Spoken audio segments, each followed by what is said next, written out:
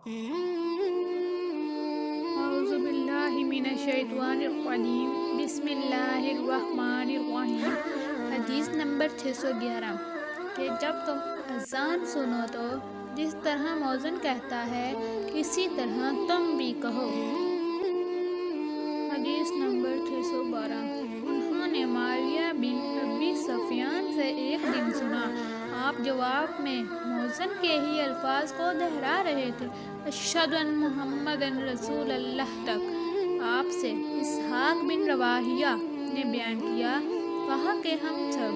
وہب بن جریر نے بیان کیا، کہا کہ ہم سے ہشام دستوائی نے یحییٰ بن ابی کثیر سے اسی طرح حدیث بیان کی۔ حدیث نمبر 613 جب مؤذن نے حی علی الصلاۃ کہا تو معاویہ رضی اللہ عنہ نے لا حول ولا قوۃ الا باللہ کہا اور کہنے لگا کہ ہم نے نبی کریم صلی اللہ علیہ وآلہ وسلم سے ایسا ہی کہتے سنا ہے۔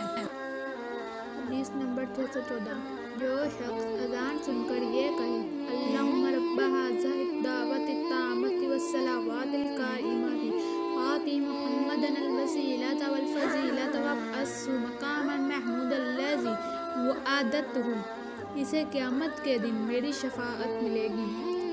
حدیث نمبر 615 نبی کریم صلی اللہ علیہ وآلہ وسلم نے فرمایا کہ اگر لوگوں کو معلوم ہوتا کہ اذان کہنے اور نماز پہلی صف میں پڑھنے سے کتنا ثواب ملتا ہے، پھر ان کے لیے قرآن ڈالنے کے سوا اور کوئی چارہ نہ باقی رہتا تو البتہ اس پر قرآن اندازی ہی کرتے۔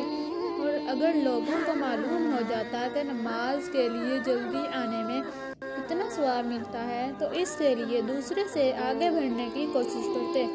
اور اگر لوگوں کو معلوم ہو جاتا کہ عشاء اور صبح کی نماز کا ثواب کتنا ملتا ہے تو ضرور کوہلوں کے بل گھسیٹتے ہوئے ان کے لیے آتے۔ حدیث نمبر 616 ابن عباس رضی اللہ عنہما نے ایک دن ہم کو جمعہ کا خطبہ دیا، بارش کی وجہ سے اس دن اچھی خاصی کیچڑ ہو رہی تھی۔ مؤذن جب حی علی الصلاۃ پر پہنچا تو آپ نے اس سے صلاۃ فی الحال کہنے کے لیے فرمایا کہ لوگ اپنی قیام گاہوں پر پڑھ لیں۔ اس پر لوگ ایک دوسرے کو دیکھنے لگے۔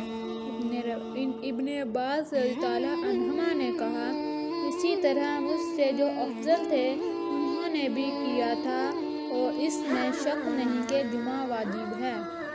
حدیث نمبر 617 رسول صلی اللہ علیہ وآلہ وسلم نے فرمایا کہ بلال تو رات رہے اذان دیتے ہیں، اسی لیے تم لوگ کھاتے پیتے رہو یہاں تک کہ ابن ام مکتوم اذان دیں۔ راوی نے کہا کہ وہ نبی نہ تھے اور اس وقت تک اذان نہیں دیتے تھے جب تک ان سے کہا نہ جاتا کہ صبح ہو گئی ہے، صبح ہو گئی۔ حدیث نمبر 618 حضور صلی اللہ علیہ وآلہ وسلم کی عادت تھی کہ جب مؤذن صبح کی اذان صبح صادق کے طلوع ہونے کے بعد دے چکا ہوتا تو آپ صلی اللہ علیہ وآلہ وسلم اذان اور تکبیر کے بیچ نماز قائم ہونے سے پہلے 2 ہلکی سی رکعتیں پڑھتے۔ حدیث نمبر 619 نبی کریم صلی اللہ علیہ وآلہ وسلم فجر کی اذان اور اقامت کے درمیان 2 ہلکی سی رکعتیں پڑھتے تھے۔ حدیث نمبر 620 رسول صلی اللہ علیہ وآلہ وسلم نے فرمایا، دیکھو بلال رضی اللہ عنہ رات رہے میں اذان دیتے ہیں، اسی لیے تم لوگ سحری کھا پی سکتے ہو جب تک ابن ام مکتوم اذان نہ دیں۔ Thanks for watching. Please subscribe and press the bell icon.